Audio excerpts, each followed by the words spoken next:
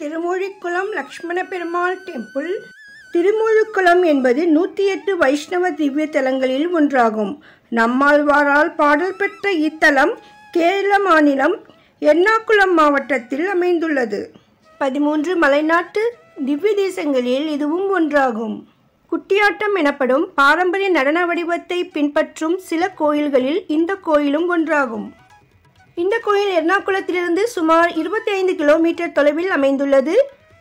அருகிலுள்ள ரயில் நிலையம் ஆல்வா மற்றும் அங்கமாலி. அருகிலுள்ள விமான நிலையங்கள் கொச்சின் சர்வதேச விமான நிலையம் மற்றும் நெடும்பஞ்சேரி விமான நிலையம். விமான நிலையத்திலிருந்து 12 கிலோமீட்டர் தொலைவில் அமைந்துள்ளது. பயணிக்கும் யாத்ரீகர்கள் அங்கமாலி மற்றும் நெடும்பஞ்சேரி தங்கி பெருமாள் தரிசனத்திற்காக கோயிலுக்கு செல்ல பரிந்துரைக்கப்படுகின்றார்கள். ஏனெனில் அந்த இடத்தில் தங்குவதற்கு குறைந்த வசதிகள் உள்ளன. இந்த கோயில் கேரளபாணி கட்டிடக்கலையில் கட்டப்பட்டுள்ளது. இது கிழக்கு அச்சில் உள்ள தென்னிந்திய மாநிலமான கேரளாவில் உள்ள அனைத்து கோயில்களுக்கும் பொதுவானது. இந்த கோயிலுக்கு நுழைவாயில் கோபுரம் இல்லை. பிரதான சாலையிலிருந்து ஒரு வளைவு உள்ளது. கோயிலை சுற்றியுள்ள ஒரு செவ்வகச் சுவர் நுழைவாயில்களாக துளைக்கப்பட்டு க்ஷேத்திரமடிலுகா என்று அழைக்கப்படுகிறது. இது கோயிலின் அனைத்து சந்நிதிகளையும் உள்ளடக்கியது. இந்த ஆலயம் ராமாயணத்தின் புராண கதைகளுடன் தொடர்புடையது. ராமர் மற்றும் லக்ஷ்மணனின் சகோதரரான பரதன் நாடு கடத்தப்பட்ட ராமரை ராஜ்யத்தின் ஆட்சியை ஏற்க அழைக்க வந்தார். பரதன் தன்னை கொல்லும் நோக்கத்துடன் இருப்பதாக சந்தேகித்த லக்ஷ்மணன் கோபமடைந்தான். இருப்பினும் பரதனின் குற்றமற்ற தன்மை மிக விரைவில் வெளிப்பட்டது. பின்னர் இருவரும் சேர்ந்து திருமூழிக்களத்தில் வழிபட்டனர். திருமூழிக்களம் என்ற பெயர் திருமொழிக்களம் என்ற சொற்றொடரில் இருந்து தோன்றியதாக கூறப்படுகிறது. மொழிபெயர்ப்பில் இனிமையான வார்த்தைகள் உச்சரிக்கப்பட்ட இடம் என்று பொருள்.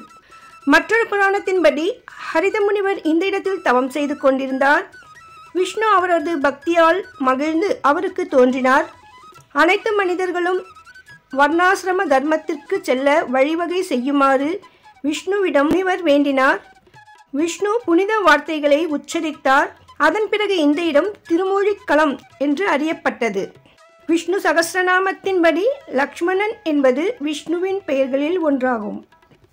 உலோக பூசப்பட்ட கொடிக்கம்பம் அல்லது துவஜஸ்தம்பம் மத்திய கருவறைக்கு வழிவகுக்கும் கோயில் கோபுரத்தின் அச்சுப்பகுதியில் அமைந்துள்ளது.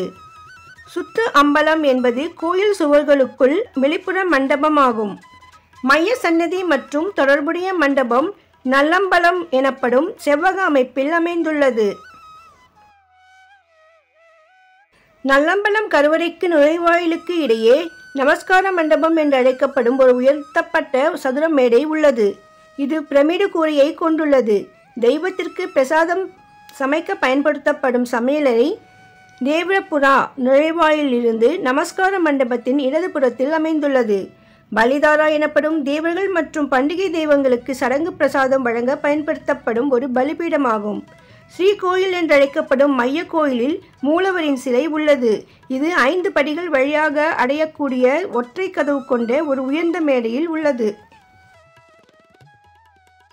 கேரள சடங்கின்படி தந்திரி மற்றும் பிரதான பூஜாரி மற்றும் மேல் சார்ந்து அழைக்கப்படும் 2வது பூஜாரி மட்டுமே ஸ்ரீ கோயிலுக்குள் நுழைய முடியும். மைய கோயிலில் வட்ட திட்டம் உள்ளது.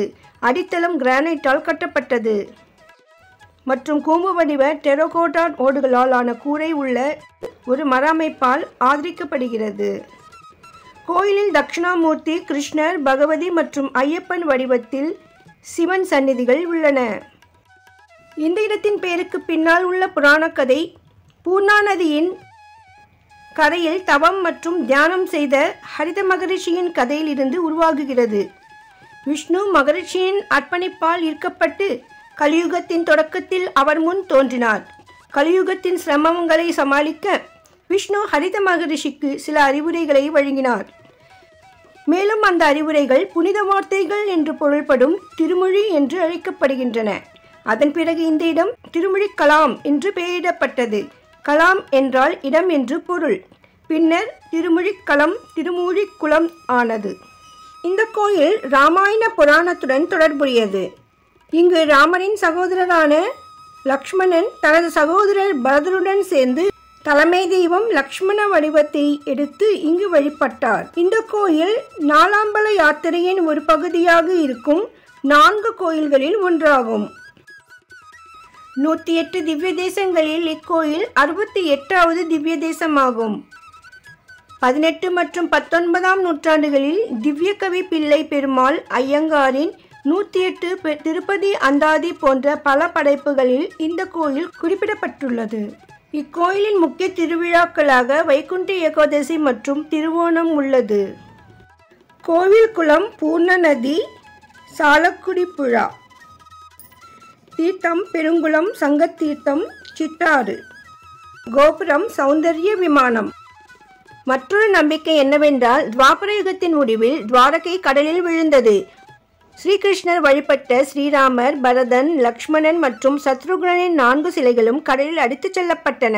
பின்னர் சில மீனவர்கள் இந்த 4 சிலைகளையும் திரிபுராயருக்கு அருகில் பிடித்து வாக்கை கைமல் நடுவழியிடம் ஒப்படைத்தனர். வாக்கை கைமல் ஒரு இரவு ஒரு கனவு கண்டாள். அதில் ஒரு மர்ம நபர் அவர் முன் தோன்றி 4 சிலைகள் கரை ஒதுங்கியுள்ளன என்றும் அந்த சிலைகள் இன்ன பிற இடங்களில் பிரதிஷ்டை செய்யப்பட வேண்டும் என்றும் கூறினார். கனவில் கூறப்பட்டபடி அவை 4 கோயில்களில் முறையாக நிறுவப்பட்டன. திரிபுராயரில் ராமர், இருஞ்சாலக்குடாவில் பரதன், மூழிக்குளத்தில் லக்ஷ்மணன் மற்றும் பாயம்மலில் சத்ருக்னன். இந்த 4 கோயில்களிலும் ஒரே நாளில் வழிபாடு செய்வது மிகவும் புனிதமானது என்று நம்பப்படுகிறது. மலையாள மாதமான கார்கிடகத்தில், அதாவது ஜூன் 15 முதல் ஆகஸ்ட் 15 வரை, ராமாயண மாசத்தில் ஆயிரக்கணக்கான பக்தர்கள் இந்த சிறப்பு யாத்திரையை மேற்கொள்கிறார்கள். இது நாலாம்பலம் யாத்திரை என்று பிரபலமாக அறியப்படுகிறது. 4 கோயில்களில் யாத்திரை கோயிலுக்கு குட்டியம்பலத்தில் நிகழ்த்தப்படும் நடன வடிவமான குட்டியாட்டத்திற்கான முதன்மை மையங்களில் இந்த கோயில் ஒன்றாகும். இக்கோயில் தெய்வம் லக்ஷ்மண சுவாமி, திருமூழிக்களத்தான் அப்பன், ஸ்ரீ சுக்திநாத பெருமாள், மணிப்பிரவாளம். மூலவர் ஸ்ரீ லக்ஷ்மண பெருமாள் நின்ற கோலத்தில் கிழக்கு நோக்கியவாறு காட்சியளிக்கிறார். கோயில் மூலவர் லக்ஷ்மண பெருமாள் கிழக்கு நோக்கி நின்ற கோலத்தில் காட்சியளிக்கிறார். தாயார் மதுரவேணி நாச்சியார். இக்கோயிலை பற்றி திருமங்கையாழ்வார் 3 பாசுரங்களும் நம்மாழ்வார் 11 பாசுரங்களும் பாடியுள்ளார். இக்கோயில் காலை 5 மணி முதல் 11 மணி வரையிலும் மீண்டும் மாலை 5 மணி முதல் 8 மணி வரை திறந்திருக்கும். நாமாவளி: ஸ்ரீ மதுரவேணி சமேத ஸ்ரீ மூழிக்குளநாதன் சுவாமினே நமஹா.